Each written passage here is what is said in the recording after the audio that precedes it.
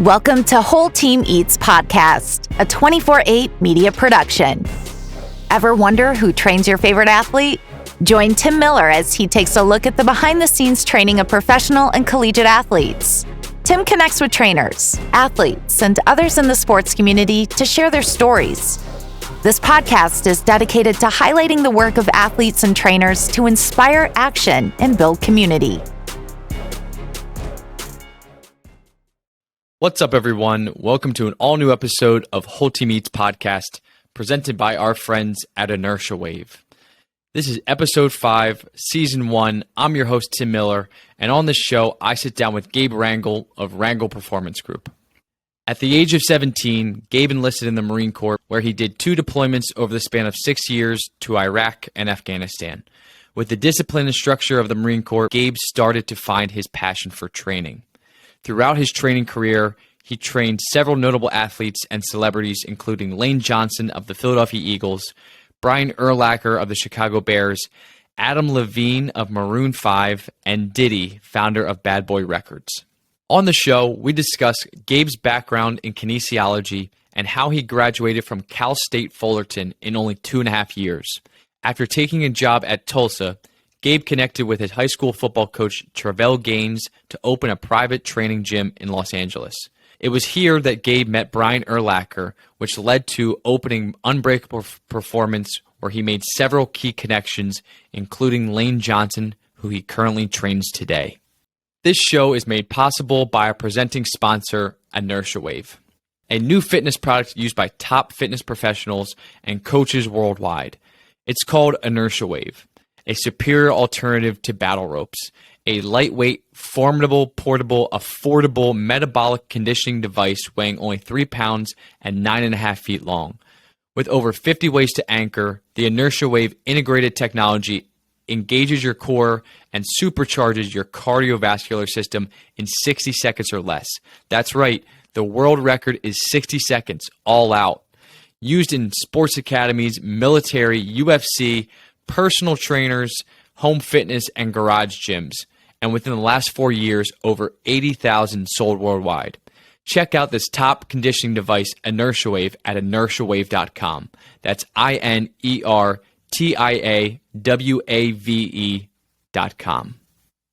Thanks for coming on the show. I first want to start, Gabe, with you could tell us about how training has been to start the year after the NFL season ended at the end of last year. Yeah, everything's going smooth so far. Kind of assessing where everybody's at individually and kind of addressing needs that we ended the year on and that we're kind of building off for each individual headed into the 22 season. So everything's smooth so far. Proud of the guys, and everybody's back in there working hard. Let's give our listeners a better idea of, so you train for Lane Johnson and some of the Philadelphia Eagles, Jalen Hurts, obviously starting quarterback for the Philadelphia Eagles, but you train at Lane's gym at his house. And can you talk about kind of the evolution of what they call the Bro Barn? That I guess they've termed it the Bro Barn at this point. Yeah. So when I first came out to Philadelphia, Lane said, I need you full time. And when I said that, I was like, all right, well, where's going to be our everyday training facility? Like, where are we going to be doing it out of? And he's like, we could find somewhere local, or maybe we could do it out of this barn. And he literally had a horse barn with like 3 horse stalls. It was all dirt in his backyard, and it wasn't even being used. He built a little pull-up bar in there, and he had a TRX. That was it. And he's like, could we do something here? And I was like, yeah, we got work to do, but we could do it there. So we laid the cement down, evened it out. We actually had to do a lot of support structure stuff. And we ended up turning it into about a 12 to 1,500 square foot gym. And that's what it's evolved to now. But yeah, it's been it was from a horse stalls to a full blown gym now. Wow. We'll touch on that a little bit later as far as the evolution of the gym and your training with Lane. Obviously, you brought on a few of the Philadelphia Eagles, one of them being Jalen Hurts, as I just mentioned. But if you could, let's start with your background. So growing up, playing sports. What kind of led you into training, but really, where did you start out of high school, I guess, in college? So I didn't go straight to college. I actually went into the Marine Corps at 17. And that's kind of how I got involved in strength and conditioning, was that when I was going to Iraq, I went home to do you get to go home for about 10 days, like right before you deploy overseas. And when I was at home, I still needed to work out. So I went to a place I found, it was like a CrossFit, and this is 2006. So CrossFit wasn't even a thing back then. It was like only a few people knew about it. So I went to this local CrossFit gym, and when I was working out, I have a big Marine tattoo on my back. So I had my shirt off, and this guy saw it, and he's like, "Hey, what are you doing?" I was like, "CrossFit, I'm getting ready to go to Iraq to go to war." And he's like, "Nah, you're coming over working out with me." And then it ended up being this guy, Harry Selko. He's like a big time strength and conditioning coach in the Bay Area, him and Jesse Burdick. And they ended up teaching me strength and conditioning. They're like, "We're going to get you strong for this deployment. Like, you don't need CrossFit." And I was like, "All right." So I didn't really know anything about it. And I kind of just fell into strength and conditioning on accident because I fell in love with the way we were working out. And when it came time to go back to school, I was like, I want to do what those guys are doing, because, I had a blast and they got me ready for war. So who could I get, ready for whatever, sport, or whatever task somebody needed. So that's how I kind of got into it. It was an accident. I was just getting ready to go to war, and I met Harry and Jesse, and they kind of changed my whole trajectory of my career. And so you enlist at 17 years old into the Marines. Yep. How long were you in the Marines for, and how many deployments did you actually do? So I was in for a little over 6 years, and I did 2 deployments, 7 months apiece, one to Iraq first, and then one to Afghanistan, my second deployment. Wow.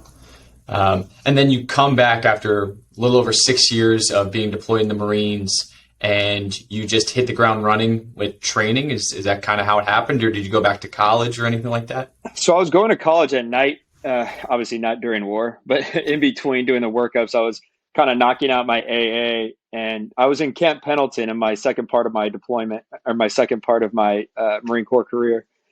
So we had, it's like Pendleton's the very north tip of San Diego, and right above us is Orange County. And so I went to school in Orange County at State Fullerton. Fullerton is, and this was by complete chance, ends up being one of the top kinesiology schools in all the U.S.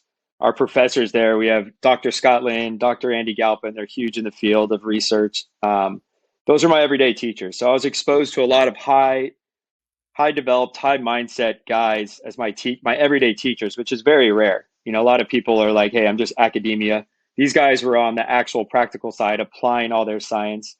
So it gave me a unique perspective as a young strength coach, because I saw the science aspect and really how to apply it to my career. But yeah, so I ended up just doing AA, like finishing my AA. And then when I went over to State Fullerton and I had to choose something, I was like, well, like I said earlier, I was like, I want to do strength and conditioning. So I ended up doing kinesiology. And I did hit the ground running. I finished my 4 years within 2.5 years once I got there. And Harry and Jesse actually got me my first internship at Tulsa University, where I coached football. That was like my first internship / job. Okay, so you go from graduating from State Fullerton in kinesiology. Yep. You then move on to Tulsa, where you have an internship, and then you are doing what at that point in time? You're reaching out to people, trying to find your way in the training world, or where do you go from here? Yeah, so when you kind of go to that, the strength and conditioning world, in the collegiate world and or the professional world, you kind of got to pay your dues. Like there's strength coaches out there that will sit on a staff for 15 years just to get maybe one shot. And they were at a high D1 school. They might get knocked down to a lower D1 school or a D1 AA or a Division II as a head. It's a weird, unique community of how you get these jobs. It's all about who you know. It's definitely what you know as well, but nobody cares what you know until they know who you know. It's one of those weird aspects of it. But I was fully planning on staying in the collegiate world and just keeping my head down. And my boss there was my direct reporting boss was Ryan Horn, who is a phenomenal basketball strength and conditioning coach, and he also worked with us on the football side. But he worked under Danny Manning, and I got to learn so much from him. He's gone on to do amazing things, and he's actually just got hired last week at Wichita State. So congrats to Coach Horn. But then Adam Davis, who's now actually working in, funny enough, for Special Forces in the Army down at Fort Bragg. But they were like, hey, keep your head down. We'll get you a job. Like, we will find you a job if you stick with us. Funny enough, I wasn't networking really. I was just trusting them. My high school football coach was not a head. He was a strength and conditioning coach at LSU. He ended up coming back to the Bay Area to coach me, or not coach me, but just coach my school in football. We meet, and he ends up working for this place called Athletes Performance, which is now Exos. He leaves there. It's Travell Gaines. He leaves there, opens his own spot, Athletic Gains. He reaches out. He's like, hey, I know you're doing strength and conditioning. Is this something that would interest you to come out and work with me? So I leave Tulsa because of that great opportunity, and I help start Athletic Gains with Travell and some other coworkers. So just by chance, your old football coach reaches out to you, knows you're kind of in the industry at this point after coming back from the Marines, and kind of takes you under his wing as far as training goes, takes you out to LA. Obviously, he leaves Exos and starts his own thing called Athletic Gains. Yep. So when you get to Athletic Gains, you're meeting athletes, I'm assuming. You're meeting athletes of all sports, maybe some celebrities. Can you tell us about your time at Athletic Gains and then kind of what you learned there and then how you actually transitioned out to start doing your own thing? Yeah, I mean, Travell had a rock star roster from the get-go. I mean, we had every major name guy in there. And that was my first job. It's like going from a collegiate, like a smaller Division I school at like Tulsa, and heading to a place like Athletic Games. Was a huge change of scenery. But I ended up meeting one of my best friends in Jamal Ligon, and him and I just kind of stuck with each other. And Jamal was a collegiate track and field runner. So I learned so much about speed, and like I was kind of the nerd, and I did all like the programming side, and Jamal was like the hype guy. And I mean, he knew speed like the back of his hand.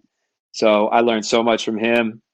Travell, all his knowledge in the collegiate world and all his networks taught me so much about the industry, especially on the private side, because before this, there's a huge thing with the NFL Players Association where strength coaches were kind of strong-arming players to stay at the facility. So if you played for the Bills, they kind of required you to live in Buffalo full-time so that in the offseason you're working out in Buffalo.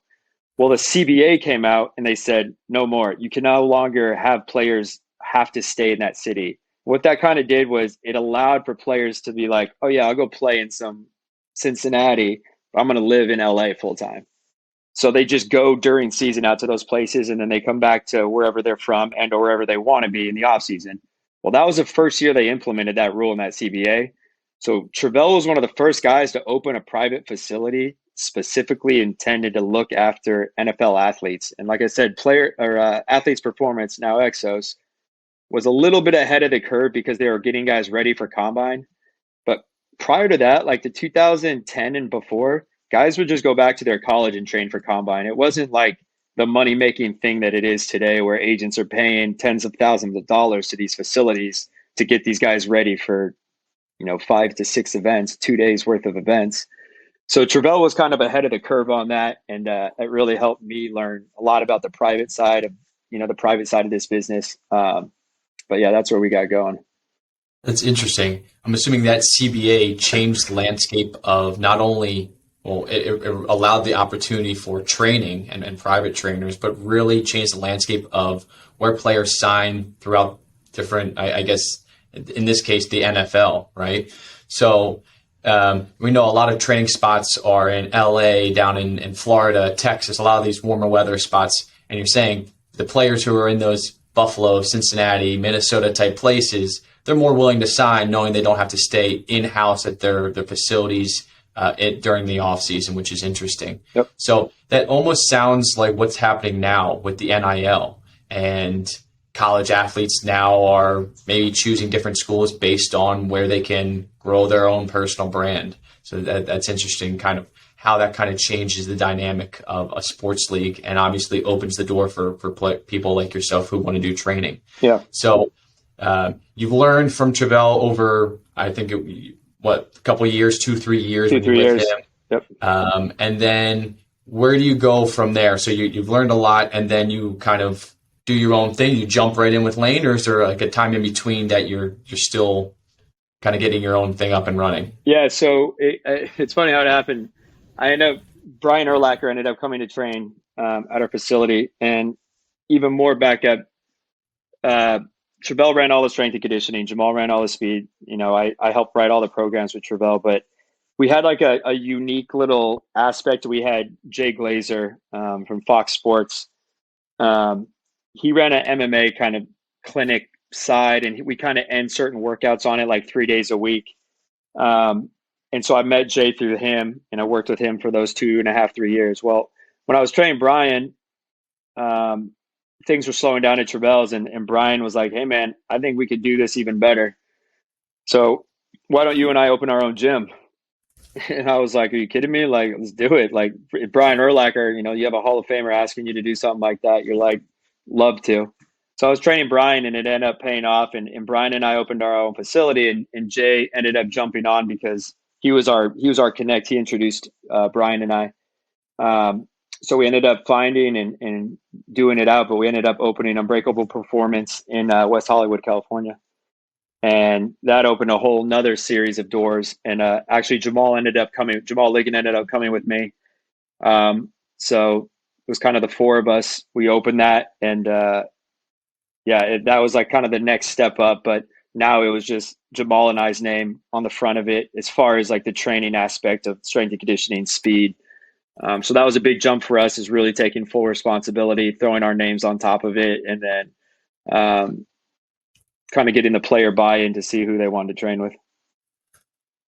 And was it just NFL guys? I mean, Brian Urlacher being one of the founders, was it just NFL guys, or was there other sports that kind of mixed into that gym as well? Yeah, I mean, once you get one or two guys from any sport, you're going to attract everything. Like, that's where the celebrities came in. Like, we'd have Diddy. We had so many of these celebrities that came because they're like, I want to train where Odell Beckham's training. I want to train where LaShawn McCoy's training. I want to train where Kurt Morrison and Donald Penn, whoever, are training there.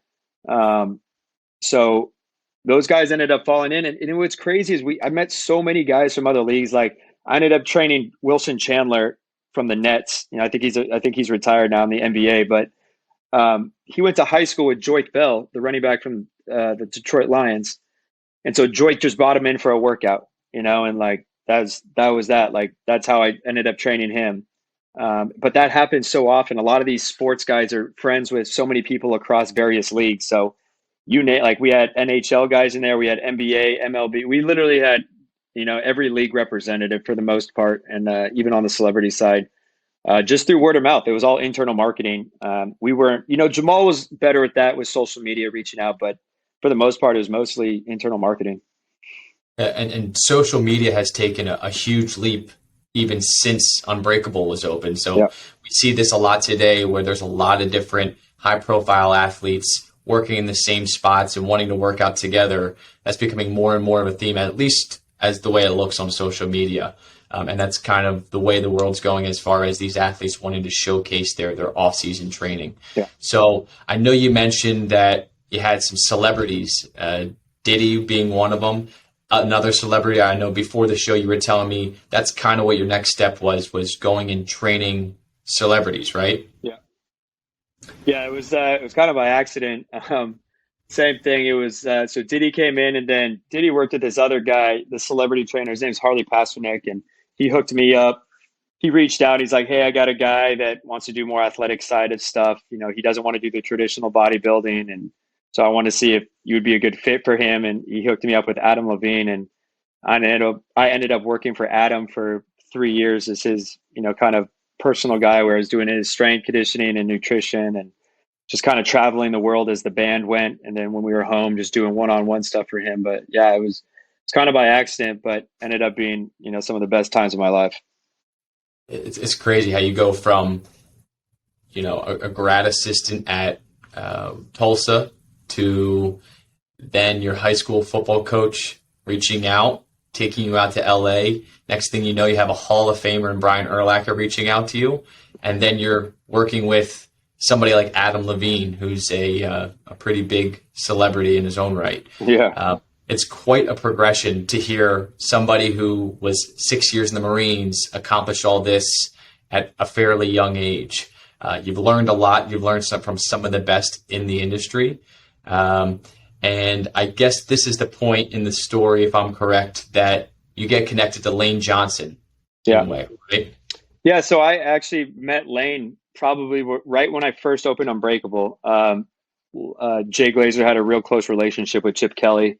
Chip Kelly came out with his sports science staff, and he brought Lane and Zach Ertz out. And actually, Zach and I went to rival high schools in the Bay Area, but it's random. But yeah, he brought Lane out, and Lane loved the training. And I mean, I honestly didn't think much of it. Lane was a cool guy. He was just another person on the roster. You know, he's just another NFL guy that we were training. I didn't think it was going to evolve into anything that it did. I had done kind of one-on-one when I was at Athletic Games with Kyle Long, and what I'm kind of doing with Lane now. So I had a little bit of an insight of like doing the one-on-one thing with NFL offensive linemen. So that was kind of a sneak peek. But Lane and I just kind of kept in touch roughly. And then after Adam, well, it wasn't even after. I was still, when I was with Adam, that was the reason Lane reached out and he's like, hey, man, I need a full-time guy.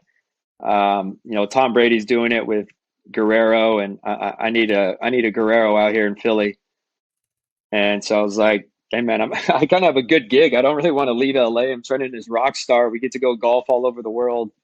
I get to go travel the world and pretty much get to be at a giant party every night. But why would I move out to Philadelphia? And Lane, let me tell you, Lane's a dang car salesman. He was like, hey, I'm gonna be enshrined in that Hall of Fame, and I want you to be a part of that speech. So you can stick with who you got, or you could be a part of, you know, this sports Hall of Fame. And that's all I needed to hear. I was like, you know, that sports is my love. And as much as I love Adam, he's, you know, one of my close friends, it was time to go back to the sport world.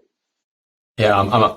I can't imagine having to make that decision between traveling the world with a rock star and, you know, doing everything that he does. And then you're getting approached by, you know, at that time, he was early on in his career, but it's a player who had the ambition that he wants to make the Hall of Fame and tap into his full potential. And he's reaching out to you and saying, you're the person to kind of get me there, which is, you know, a big thing for you at the time. I do have a question though. How does Adam feel about you going and leaving with Lane? Like, was there any conversation there on Adam's part, or was he okay just letting you go? Because I'm sure he didn't want to let you go at the time. Yeah, it was a weird kind of, like, everything was going good, and that's why Adam was even thrown off. Like, I remember calling him. I was like, "Hey, man, I got this opportunity, and I think it's just gonna be best for my family that I take it long term. Just within my skill set, it's up my alley again, and I think, like I said, it's just gonna set me up long term." And Adam was like, "You know what? It does sound like a good opportunity, and that is your wheelhouse. So that's fine, but I want to meet Lane, and I want him to ask me to take you out there." So Lane flew out to LA. We went over to Adam's house. They met, they talked, and it was all good. Was there any stipulations in that conversation from Adam? Yeah, I mean, Adam really protected me. Like, hey, like, I was going to take care of Gabe for a long time. This isn't a 1-year thing, right? And Lane's like, no, like, he's sticking with me. As long as I'm playing, he's going to be with me. And you know, we're going into our 4th season now, so Lane stuck to his word so far. All right, so you make the decision to once again kind of transition to another phase of your training career, and you move your family at the time from LA to Philadelphia, which is a huge switch. Huge. Coming all the way here and really putting your faith into Lane Johnson that he's gonna, you know, provide the same level of you know, work for you and make sure that you're kind of in a place where you're valued just like you were in your past jobs. So you've been here. You just mentioned it's now your 4th season. Yeah. Lane has been with you the whole time. You're now training at what we call the Bro Barn in Lane Johnson's backyard. At the beginning of the show, you mentioned it was a horse barn with not much to it. So now you're working at his barn as the lead trainer, and then kind of like your other businesses have evolved over time, other players start to naturally just approach you and start training with you? I'm assuming that's how word of mouth is the way it kind of evolves. That's it. I mean, it's when you got a guy like Lane Johnson, like, I mean, I don't know how many people watching know about Lane, but I mean, I've trained athletes that are literally known as the best at their positions, and Lane epitomizes that. It's freaky how athletic and strong he is for his size, and I mean, he was a college quarterback, so it's easy when a lot of the other linemen who are trying to be the best look towards Lane to see what he's doing in practice so that they can get to that next level. So he attracts a lot of the younger guys and some of the veterans too, where they're like, I want to do and be just like Lane. What is he doing? So that internal marketing kind of takes care of itself. But yeah, I mean, a lot of the guys are just looking for good work, and Lane's well liked on the team. So he does put me in front of a lot of the guys, and I'm thankful for that. Yeah, I'm sure he does a lot to make sure that you're taken care of and getting your name out there, and the guys are coming in training with you. Yeah. For a guy who's as highly motivated as Lane is, obviously he's highly ambitious. He's very determined to be one of the best, if not the best, at his position in the entire NFL. But is it ever your responsibility? Do you ever feel any pressure to make sure that he's motivated or up to a certain standard? Does that kind of fall into your role at all, or is that just kind of he does what he does and he's self-motivated? I think just even like on a friendship aspect, we all kind of try to bring out the best in each other. So I don't think it's a responsibility that Lane looks towards me to do, but just understanding the camaraderie and understanding like the brotherhood of the Marine Corps. I try to bring that same aspect into the training room, and we want everyone. I don't care if you're not a starter, if you're a free agent and you're working out in our gym, like we want you to make it. And Lane's rooting for you. I'm rooting for you. Jalen, everyone's rooting for you. If you come and work out with us, like you're part of our squad, you're part of the family. We want you to do good. So the motivational side at the professional level is very unique because you made it there for a reason. You're really good at your craft. A lot of the motivational side it's very intrinsic in that these guys are challenging themselves on a day-to-day basis. They need to be good as a team and cohesive as a team, but you can only do that by performing the best at your own abilities. That'll bring out the whole team's result as well. So yeah, I personally take that as like, I need to motivate him, but a lot of those guys are so good because they do it constantly and they don't need that motivation. So there's times, yeah, mid-season you're hurting and you need a little bit of a push. Sure. Yeah. There's little things that I can do, little imagery training. You could talk of just, little drills. It could be external motivation or internal motivation. You have to understand what side your athlete falls on. But yeah, I just think it's more of a friendship thing. That's great. One thing I wanted to touch on, so you mentioned the training to start the year. Some of the guys you have Isaac Seumalo, Nate Herbig, John Runyon Jr., and then one of the big names you have is Jalen Hurts. So obviously anytime you have a starting quarterback in the NFL, you're going to get some attention.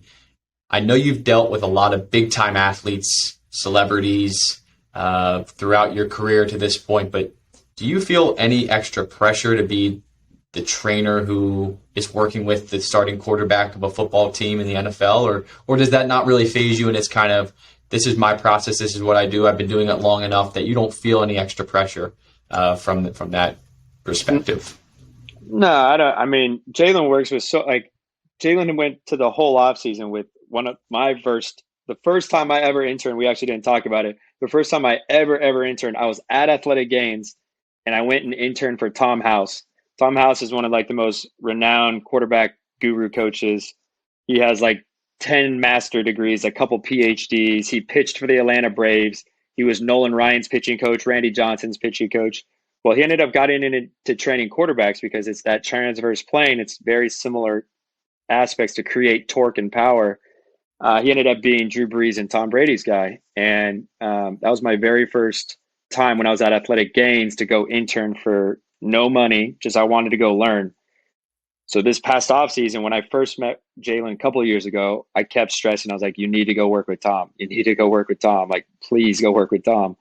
And Jalen spent most of the offseason over there. And I feel like the pressure's off of me because I'm such a little part of Jalen's journey. Like Jalen has had some of the best trainers around him. You know, he's constantly at Alabama, Oklahoma. I mean, he has the Lincoln Rileys, the Lane Kiffins.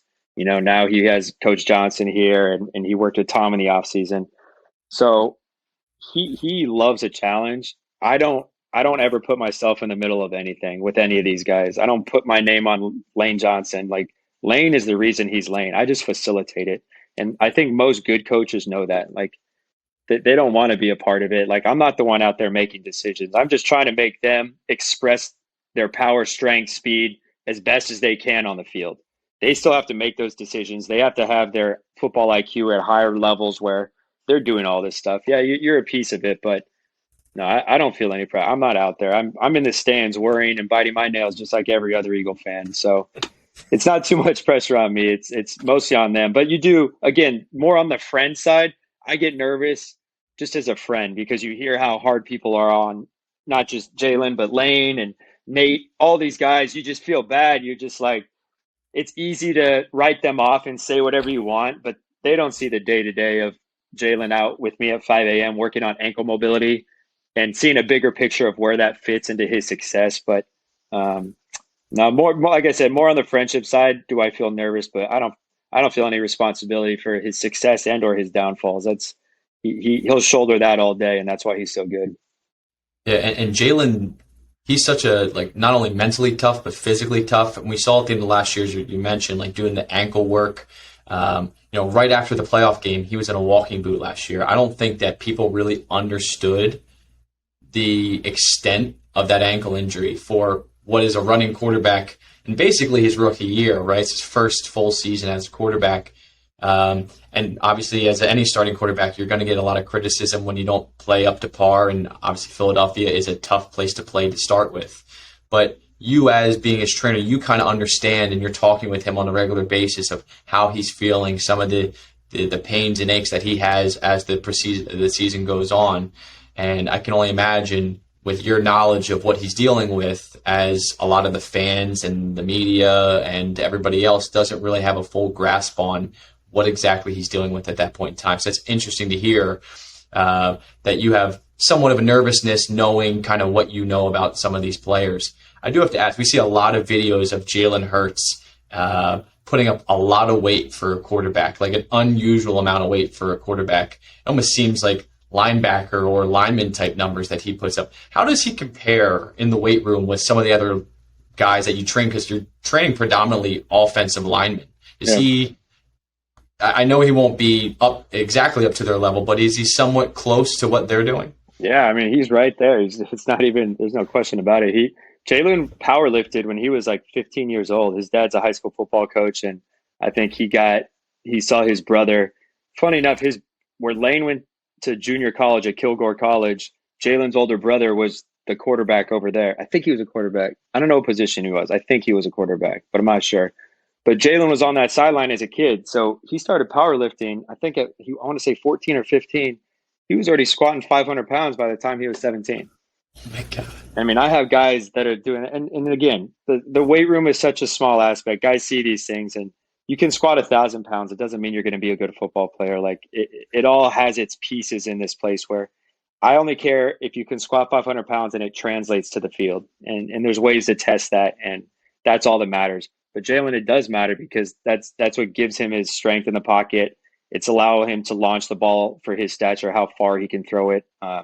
His work ethic and his strength will definitely translate a lot to his game, why he can make such strong, cuts in the game that you see on the highlights. It is a testament of his strength, of that he actually is strong, but more importantly, his strength is actually translating to the field.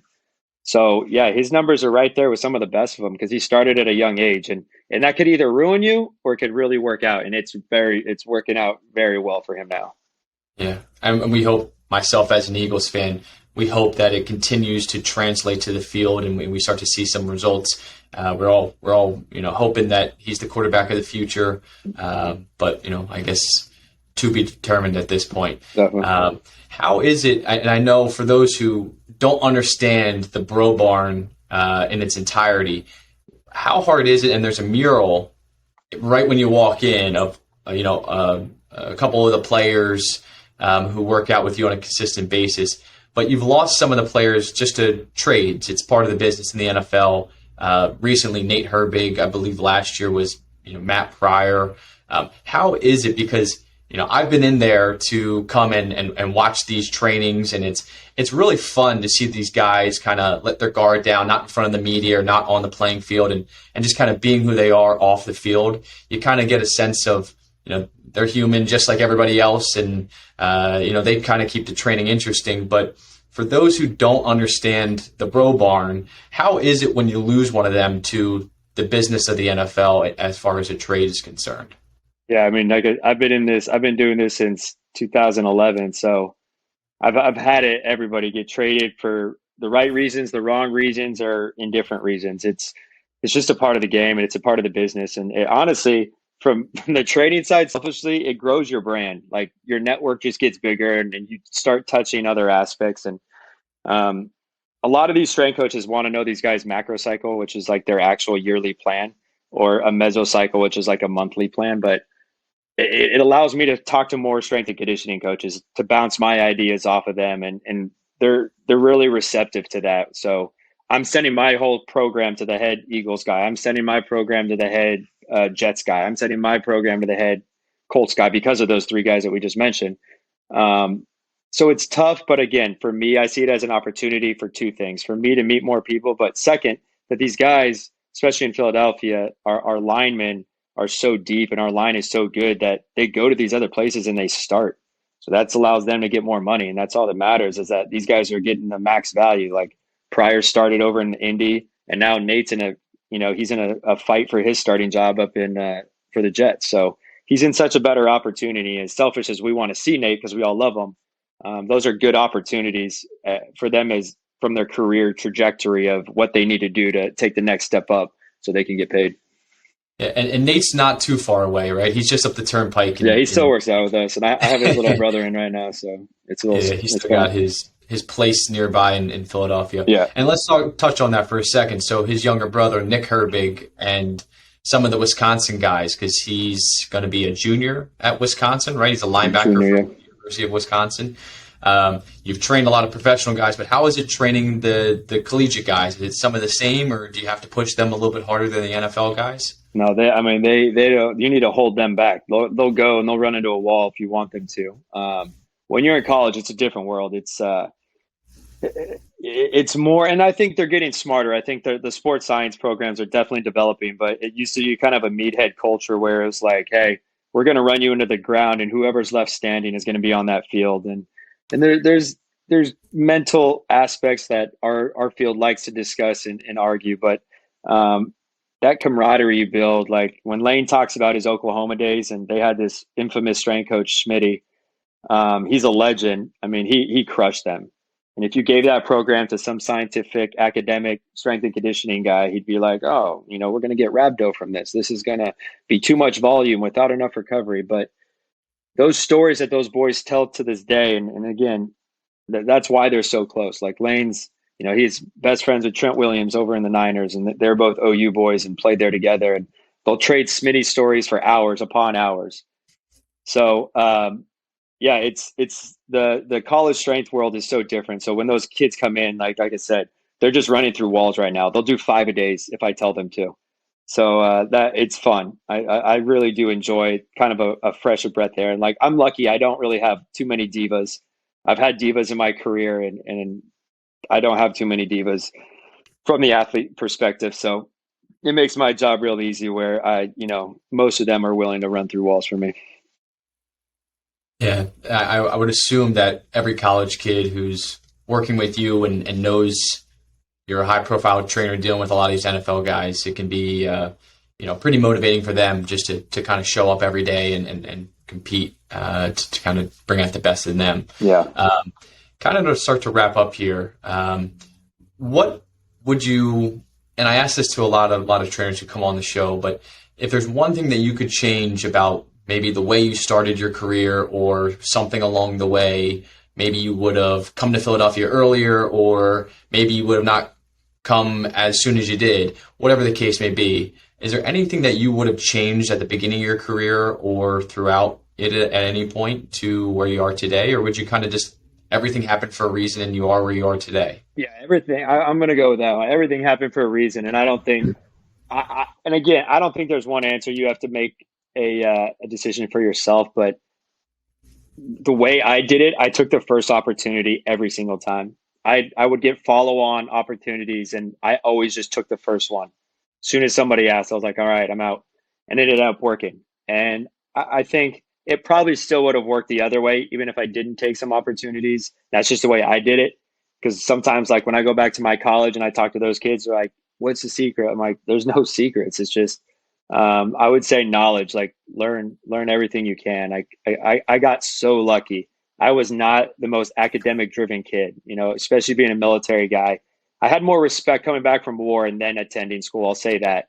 I was more disciplined and understanding my studies, but the knowledge aspect did separate me. A lot of my mentors were like impressed. And again, I'll take credit for finishing this stuff, but I'll give all the credit to all those teachers at Cal State Fullerton. Like I'm in undergraduate stuff, learning master's, if not PhD level concepts and theories that still stick with me to the day. And the alumni from Cal State Fullerton, we're all over the map. We have so many people doing amazing things, all from that school. So I wouldn't change, honestly, anything. That's great. It's great to hear that there's such a community of graduate students from Cal State Fullerton, and you guys still kind of, work off each other and are so connected to this day. And to kind of finish up here, I want to ask you, and I know you actually just touched on this before the show, you were telling me that you're going back to school at this point, but is that kind of signaling towards future plans for you at some point in the future, whether it's in the next 5 years, 10 years, whenever? What are your future plans? Is it always to do this sports training, or is it do something else in the future? Yeah, so I'm doing my schooling in acupuncture now. So I know, my body's already feeling it. I get beat up just from going to war a couple times and then lifting with these big boys every day. But I needed to give myself and my body a chance to try to recover for the long term. I'm 34 years old and I'm good for now, and I'll probably be good for another 6 to 10 years. But I know at some point my body's going to be barking back. So I'm doing acupuncture because a huge part of my job now is recovery for these boys. And, like once you get to the professional level, especially, it's less about the performance and it's more about the recovery, especially in season. And so that's something I've learned and got really good at. But I got 2 young boys out here in Philly, and, all my family's back in California. So family is a huge aspect for me, and I'd love for them to grow up around their grandparents and their cousins. So definitely probably going to make my way back to California at some point, and definitely look into something of combining the strength and conditioning and acupuncture side. And I don't know, maybe reconnecting with Jamal. Who knows? I really don't even know what I'm going to do tomorrow. So I'll let that ride out. Yeah, I don't think that it's much of a comparison, the weather between LA and Philadelphia. No, this past weekend, maybe a little bit, but but I don't think anybody would blame you for going back out there. No. I want to say thank you again for coming on the show today. It was a pleasure speaking with you and kind of hearing the backstory and evolution of your training business, all the way from the Marines to your undergraduate, Cal State Fullerton, and then obviously training some of the top athletes in their respective sports, celebrities, and coming here and working with Lane Johnson and a bunch of the Philadelphia Eagles. So thank you again, Gabe. That's Gabe Rangel of Rangel's Performance Group. It was great talking to you, and we'd love to kind of hear where the story goes from here. Appreciate it, guys. Thanks for having me.